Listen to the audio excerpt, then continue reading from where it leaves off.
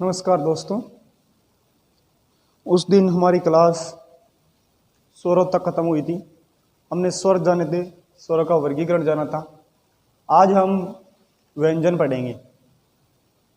तो देखते हैं व्यंजन।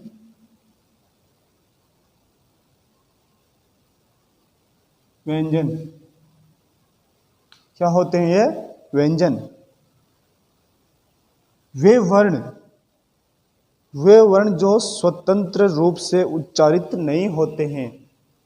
वे वर्ण जो स्वतंत्र रूप से उच्चारित नहीं होते हैं, अर्थात स्वरों की सहायता से बोले जाते हैं या बिना स्वरों की सहायता से नहीं बोले जाते हैं, व्यंजन कहलाते हैं।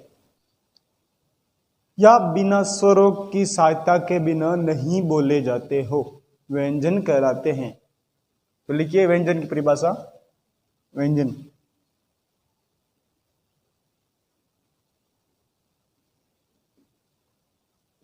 वे वर्ण जो स्वतंत्र रूप से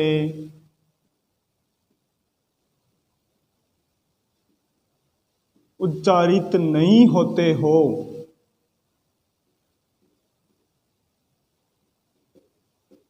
अर्थात स्वरों की सहायता से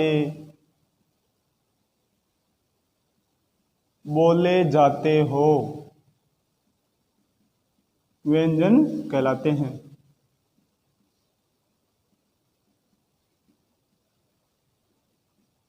वे वर्ण जिससे हम स्वरों की सहायता के बिना नहीं बोल सकते, व्यंजन कहलाते हैं। शुद्ध व्यंजन का उच्चारण नहीं किया जा सकता। शुद्ध व्यंजन का उच्चारण नहीं किया जा सकता। व्यंजन का उच्चारण नहीं किया जा सकता।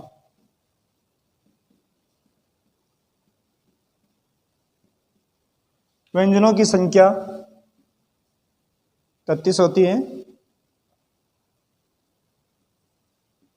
इनकी संख्या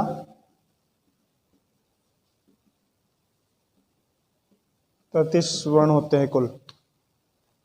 तो ये व्यंजन की परिभाषा हुई। वे वर्ण जो स्वतंत्र रूप से नहीं बोले जाते हो, व्यंजन कहलाते हैं। अब हम व्यंजनों का वर्गीकरण करेंगे। हमने स्वरों का भी वर्गीकरण किया था, व्यंजनों का भी वर्गीकरण करेंगे।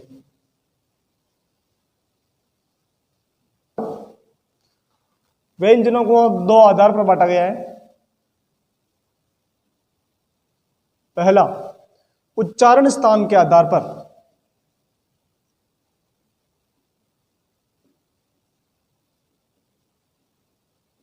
उच्चारण स्थान के आधार पर व्यंजन। दूसरा, प्रयत्न के आधार पर व्यंजन।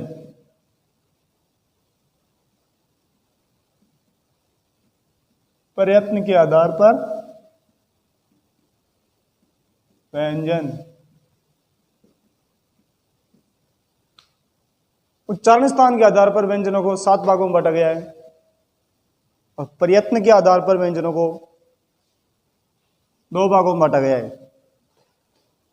2 भाग कौन कौन से देख लो आप। आभ्यंतर प्रयत्न, आभ्यंतर प्रयत्न। दूसरा, बाह्य प्रयत्न। प्रयत्न के आधार पर आभ्यंतर प्रयत्न और बाह्य प्रयत्न। आभ्यंतर प्रयत्न 8 प्रकार के होते हैं और बाह्य 2 प्रकार के होते हैं।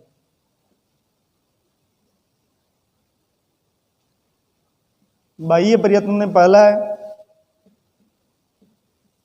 प्राणवायु के आधार पर और दूसरा है स्वर तंत्री के आधार पर। स्वर तंत्री के आधार पर।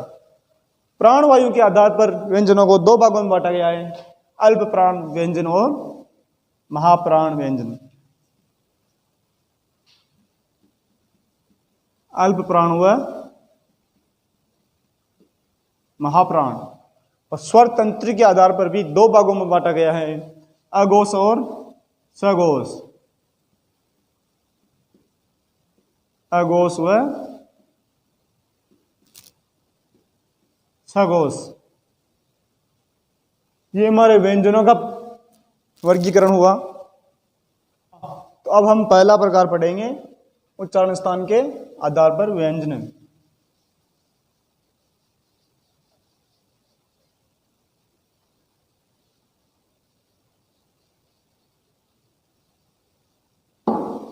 हमने स्वर पढ़े तब भी देखा था उच्चारण स्थान।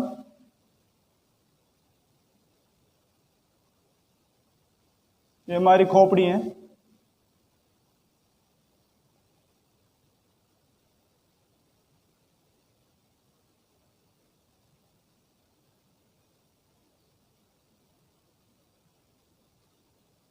यहां पर कंठ होते हैं,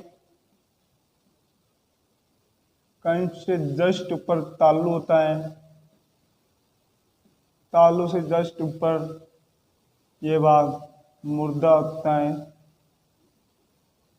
मुर्दा से और आगे चले तो ये भाग दंत होते हैं, दंत से और आगे चले तो ये भाग ओष्ठ होते हैं, ये भाग ओष्ठ होते हैं। तो उच्चारण स्थान के आधार पर हमारे 5 प्रकार तो यही हो गए, कंठव्य, तालव्य,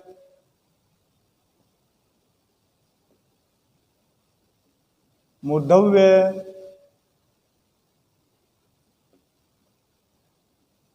तंतव्य, ओष्ठ्य।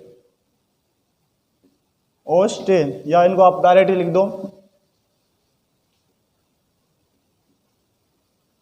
कंठ, तालु, मूर्धा, दंत, ओष्ठ। तो 5 भाग ही हो गए, कंठ, तालु, मूर्धा, दंत, ओष्ठ। छठा भाग तंतोष्ठ। और 7वां वर्त्स्य होता है, 7वां वर्त्स्य। ये हमारे 7 भाग हो गए। अब कंठ,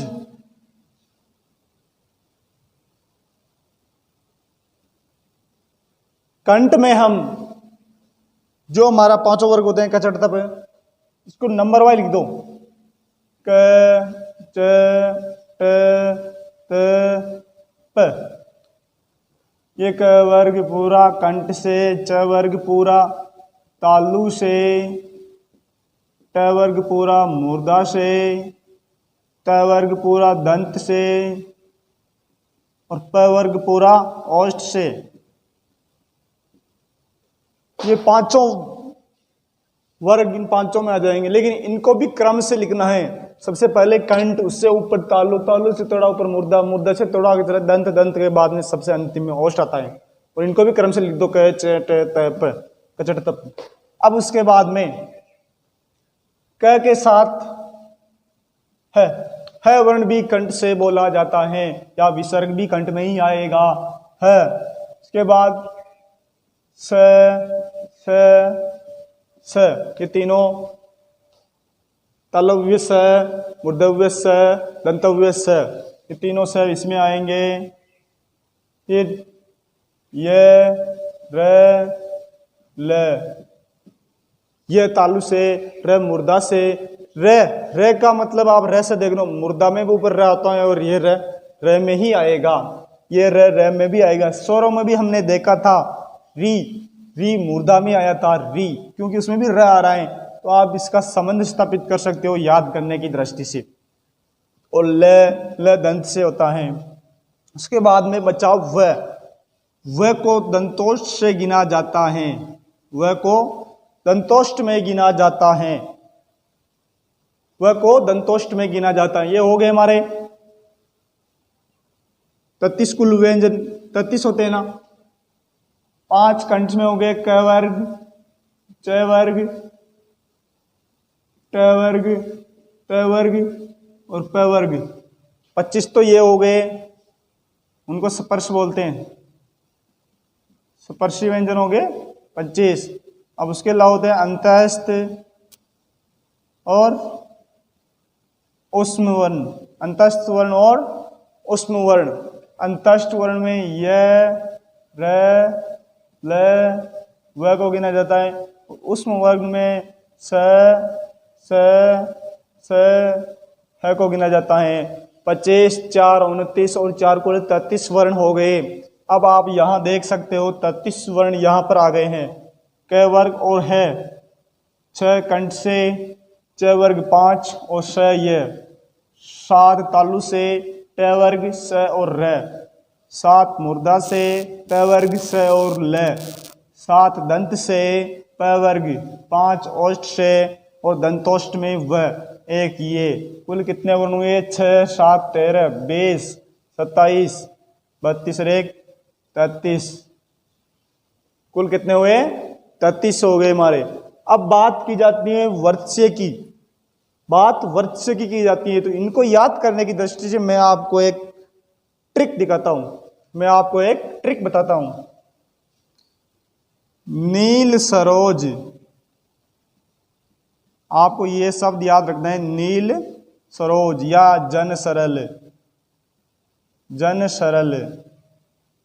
ये पांचों के पांचों वर्ण वर्त्स्य में भी गिने जाते हैं।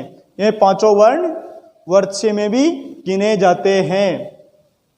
आप लिख सकते हो यहां पर न, ये ल, ये स, ये र और ये ज। ये पांचों वर्ण वर्त्स्य में गिने जाते हैं। तो अब आप एक नोट लगाकर लिखें,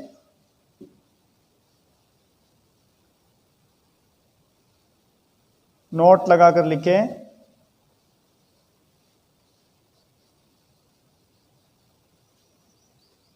नोट।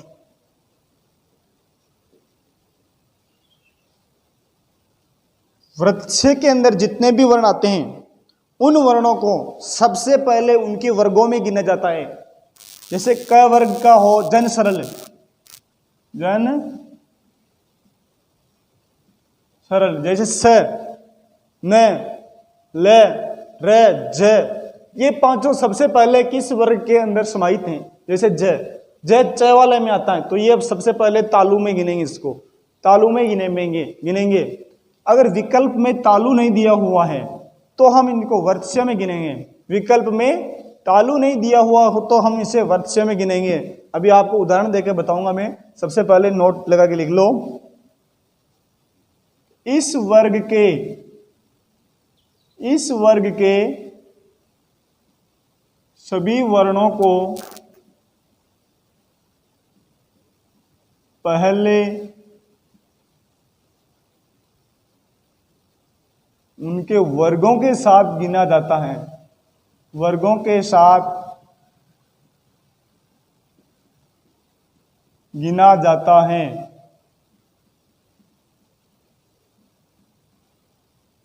इस वर्ग के सभी वर्णों को पहले उनके वर्गों के साथ गिना जाता है। अब आपको मैं उदाहरण देके बताऊं एक, जैसे सव्यंजन है, सव्यंजन है। अब 4 ऑप्शन देता हूं आपको। सव्यंजन दंत,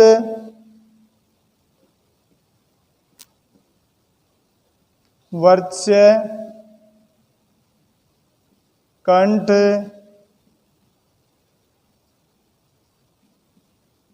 मुर्दा। अब सव्यंजन, सव्यंजन किस में आएगा? दंत में आएगा, वर्त्स्य में आएगा, कंठ में आएगा, मुर्दा में आएगा। अब देखना यह है कि दंत में स आता है, वर्त्स्य में भी स आता है, कंठ में नहीं आता है, मुर्दा में नहीं आता है। दो तो हमारे कट गए, अब बच्चे दो। तो हमने भी नोट लगाकर लिखा है कि इस वर्ग के सभी वर्णों को उनके वर्णों के साथ गिना जाता है। इस वर्ग के जो जन सरल में 5 वर्ण आ रहे हैं हमारे, इनको पहले इनके वर्गों में गिना जाएगा। अगर वर्गों में से कोई नहीं दिया हुआ तो फिर वत्स्य में गिनेंगे हम। तो यहाँ पर दंत भी दिया हुआ है और वत्स्य भी दिया हुआ है, तो इनको पहले हम दंत में गिनेंगे, इनको पहले हम दंत में गिनेंगे। तो इसका उत्तर दंत होगा। अगला, यही सेम क्वेश्चन में विकल्प अलग देता हूं मैं, दंत, वर्च्य, कंठ, डी, ए व बी दोनों। वही सेम क्वेश्चन है, स व्यंजन है, दंत है, वर्च्य है, कंठ या ए व बी दोनों है। तो यह ए व बी दोनों में आएगा, दंत भी हैं और वर्च्य भी हैं। तो इसमें हमारा उत्तर होगा डी। हमारा उत्तर क्या होगा? डी होगा। अब अगला एक और क्वेश्चन देता हूं, आप उदाहरण देता हूं मैं।